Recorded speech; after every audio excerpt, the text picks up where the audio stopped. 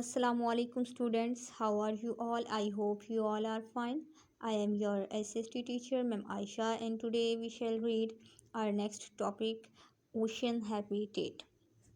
Unit number 1 है The Earth as a Living Planet. Chapter number है 2 What is a Habitat और topic है हमारा ओशन हैबिटेट, समुंदर की रिहाइश गाह। अब हमने पढ़ना ये है इसमें कि समुंदर जो है उसको रिहाइशगाह का दर्जा क्यों दिया गया है। ऐसा क्या है कि उसको कहा जाता है कि ये वहाँ के जो जानवर हैं जो वहाँ पे रहते हैं, वहाँ के रहने वाले जो जानवर हैं उनके लिए रिहाइशगाह का दर्जा रखती है। तो चलिए शुरू करते हैं। बट पहले हम ये पढ़ लेते हैं कि देख लेते हैं कि आज हम जो मेन पॉइंट्स हम पढ़ने वाले हैं वो कौन कौन से हैं। Ocean habitat, we shall read what is ocean habitat, what kind of marine animals live in deep oceans, where do small fish hide in the ocean, names of some marine animals, interesting thing about blue whale, what kind of animal hatchet fish is।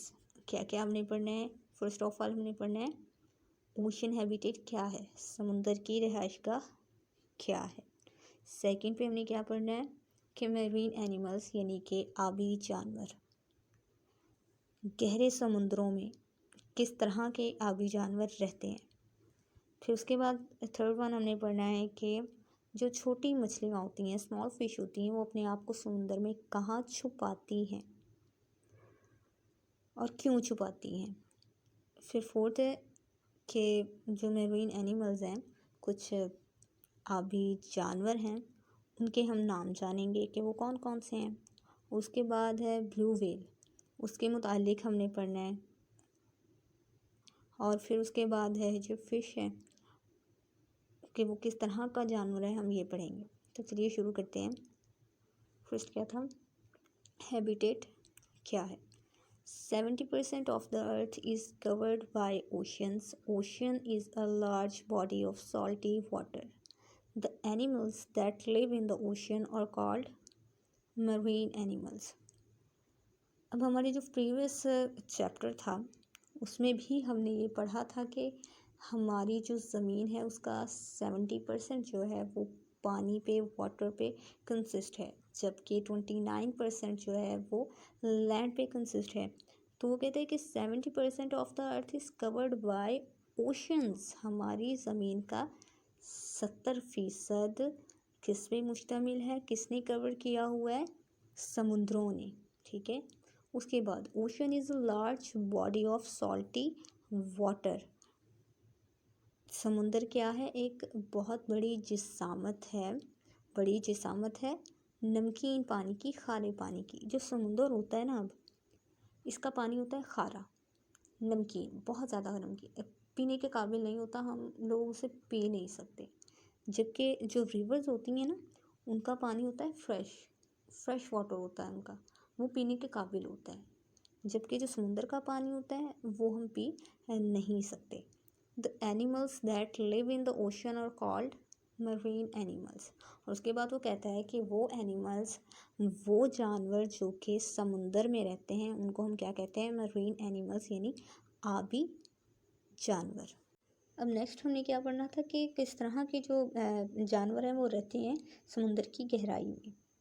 Millions of animals have their habitats in the oceans. They live in the rocky areas. Millions of animals, लाखों की तादाद में जानवर have रखते हैं their habitats, उनकी रिहाइश गाह, in the oceans, समुंदरों में।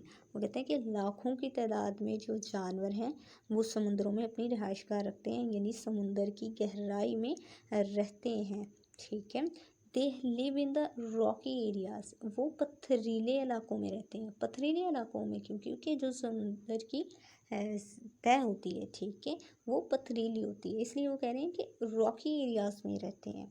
फिर उसके बाद हमने पढ़ना था कि जो फ़िश हैं, स्मॉल फिश हैं, वो अपने आप को कहाँ हाइड करती हैं।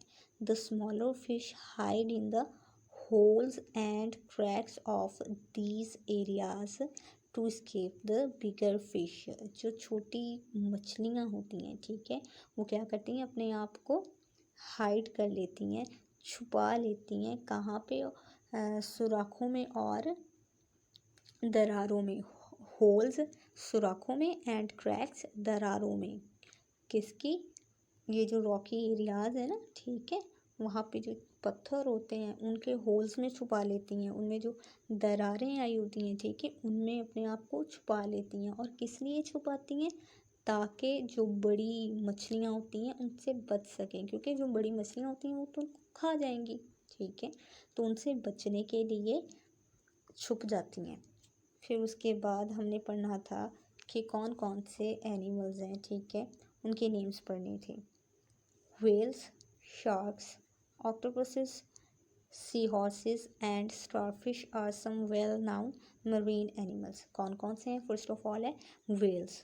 व्हेल्स होती हैं, ये मछली के तरह की होती हैं, फिश की तरह की ही होती हैं, लेकिन ये बहुत ज़्यादा बड़ी होती हैं, हाइट में और वेट में बहुत बड़ी होती हैं। उसके बाद हैं sharks.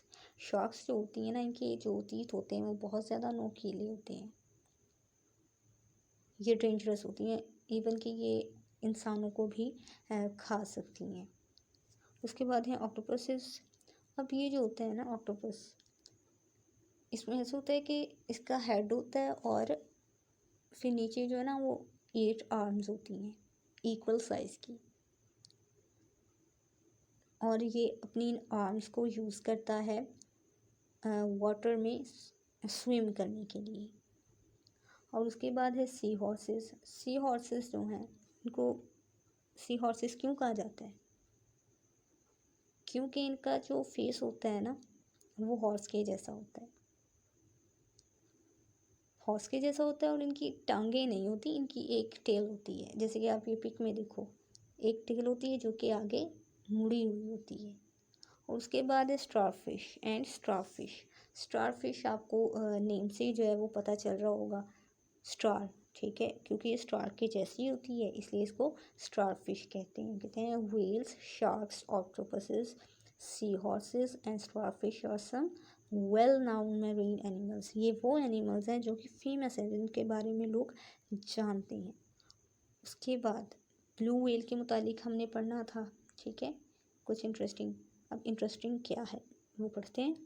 The blue whale can grow to be 100 feet long. These whales weight 150 tons. They are as large as a Boeing jet. Its heart is as big as a small car. It can eat 8,000 pounds of food in a year. अब क्या है? The blue whale can grow to be 100 feet long. जो blue whale होती है, ठीक है, ये 100 feet तक लंबी हो सकती है, यानी ये बहुत लंबी हो सकती है। 100 फीट बहुत ज़्यादा होता है, ठीक है। उसके बाद दीज व्हेल्स वेट 150 टन्स, और इनका वज़न कितना होता है? 150 टन्स। वो क्यों? क्योंकि जब हाइट लंबी होगी, ठीक है, हाइट लंबी होगी तो खाएंगी भी वो ज़्यादा। ब्लू व्हेल जो है उनकी हाइट लंबी होती है तो वो खाती भी बहुत ज़्यादा है, क्योंकि उनको ग्रो करने के लिए बहुत ज़्यादा जो है वो एनर्जी की ज़रूरत है, तो वो बहुत ज़्यादा खाती हैं, तो उससे क्या होता है? उनका वज़न भी बहुत ज़्यादा होता है। They are as large as a Boeing jet. अब बोइंग जेट क्या है? बोइंग जेट जो है ना, एक अमेरिका की कंपनी है जो कि ये जेट बनाती है, बोइंग जेट। ये जो बोइंग जेट होते हैं ना, ये बहुत बड़े होते हैं, तो वो बता रहे हैं कि ये इतनी बड़ी होती हैं जैसे कि एक बोइंग जेट होता है। Its heart is as big as a small car. अब देखिए उसकी, जब वो लंबी इतनी है, ठीक है, तो फिर उसका जो वो हार्ट है वो भी तो छोटा नहीं ना होगा, हार्ट भी तो बड़ा होगा। तो वो कह रहा है कि उसका हार्ट इतना बड़ा होता है जैसे कि एक छोटी गाड़ी नहीं होती वैसे। It can eat 8,000 pounds of food in a year. और ये एक साल में 8,000 पाउंड्स, कितना? 8,000 पाउंड खाना खा सकती है, ठीक है। अब इसमें इंटरेस्टिंग क्या क्या है? एक तो ये 100 फीट लंबी होती है, दूसरा इसका जो वज़न है 150 टन्स होता है। उसके बाद ये बोइंग जेट की तरह जो है वो लंबी होती है। उसके बाद इसका जो हार्ट होता है, जो इसका दिल होता है, वो एक छोटी जो गाड़ी होती है, कार होती है उसके जितना होता है। और फिर ये 8,000 पाउंड खाना खाती है एक साल में। अब हमारा लास्ट पॉइंट क्या था कि हेचेड फिश किस तरह का जानवर है, ये हमने पढ़ना था। The hatched fish has big bulging eyes which help it see clearly in the dark. The loose jaw has a huge open mouth which helps it to trap its food. कहते जो हेचेड फिश है, इसकी eyes जो होती हैं, इसकी आँखें होती हैं, बड़ी बड़ी होती हैं, उभरी हुई, बल्जिंग है उभरी हुई, ठीक है, उभरी हुई बड़ी बड़ी आइज़ होती हैं। किस लिए होती हैं? क्योंकि ये अंधेरे में रहती है, गहराई में रहती है समुद्र की, तो वहाँ पे इसको देखने में मदद देने के लिए नेचुरली इसकी जो है वो आइज़ बड़ी रखी गई हैं। The loser has a huge open mouth which helps it to trap its food. और इसका जो जॉ होता है, जबड़ा होता है, वो बड़ा होता है ताकि ये अपना जो मुंह है उसको बहुत ज़्यादा खोल सके, और खोल के इसका जो खाना होता है उसको ट्रैप कर सके। ट्रैप किस तरह करती है? अब ये अंधेरे में क्योंकि रहती है, तो अंधेरे में अपना मुंह खोल लेती है, तो जो भी वो कीड़े मकोड़ियाँ छोटी जो मछलियाँ वगैरह होती हैं वो इसके मुंह में आके बैठ जाती हैं गलती से, और ये अपना फिर मुंह बंद कर लेती है और इस तरह उन्हें खा लेती है। अब ये तो हो गए हमारे मेन पॉइंट्स जो थे हमने पढ़ने थे ओशन हैबिटेट के मुतालिक। अब हम नेक्स्ट देखते हैं कि होमवर्क में आप लोग क्या जो है वो राइट करोगे। ये है वर्क बुक का पेज नंबर 4, ठीक है, वहाँ से ये पिक ली गई है। क्वेश्चन क्या है? Write 3 features of each of the following habitats. मंदरजा झैल जो हैबिटेट्स हैं उनके आपने 3 खसूसियात लिखनी है। अब हमारे जो प्रीवियस लेक्चर्स थे उनमें हमने फॉरेस्ट हैबिटेट के मुतालिक पढ़ लिया था, फिर आपने उनके फीचर्स भी लिखे थे, और उसके बाद डेजर्ट हैबिटेट के मुतालिक पढ़ा था और उसके भी फीचर्स लिख लिए थे। अब क्योंकि आज हमने ओशन हैबिटेट के मुतालिक पढ़ा है, तो आज होमवर्क में आप लोग वर्क बुक पे ओशन हैबिटेट के ही फीचर्स लिखोगे। तो चलिए देख लेते हैं कि फीचर्स कौन कौन से हैं। 3 फीचर्स ऑफ ओशन हैबिटेट। समुद्र की रिहाइशगाह की 3 खसूसियात कि क्या खासियत है इसमें। First, 70% of the earth is covered by oceans.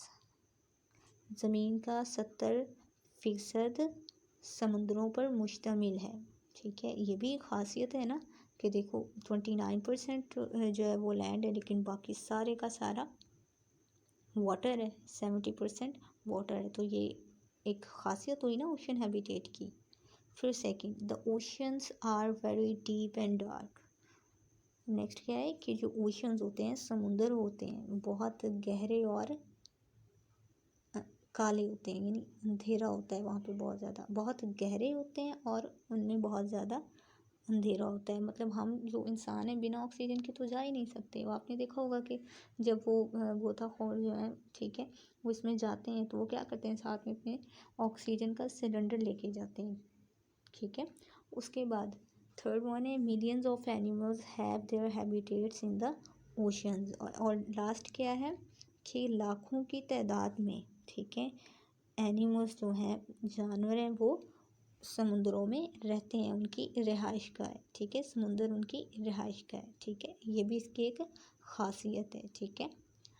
I hope so आज का लेक्चर आपको समझ आ गया होगा। इंशाल्लाह अब हम अपने नेक्स्ट लेक्चर में मिलेंगे, तब तक के लिए अल्लाह हाफिज़।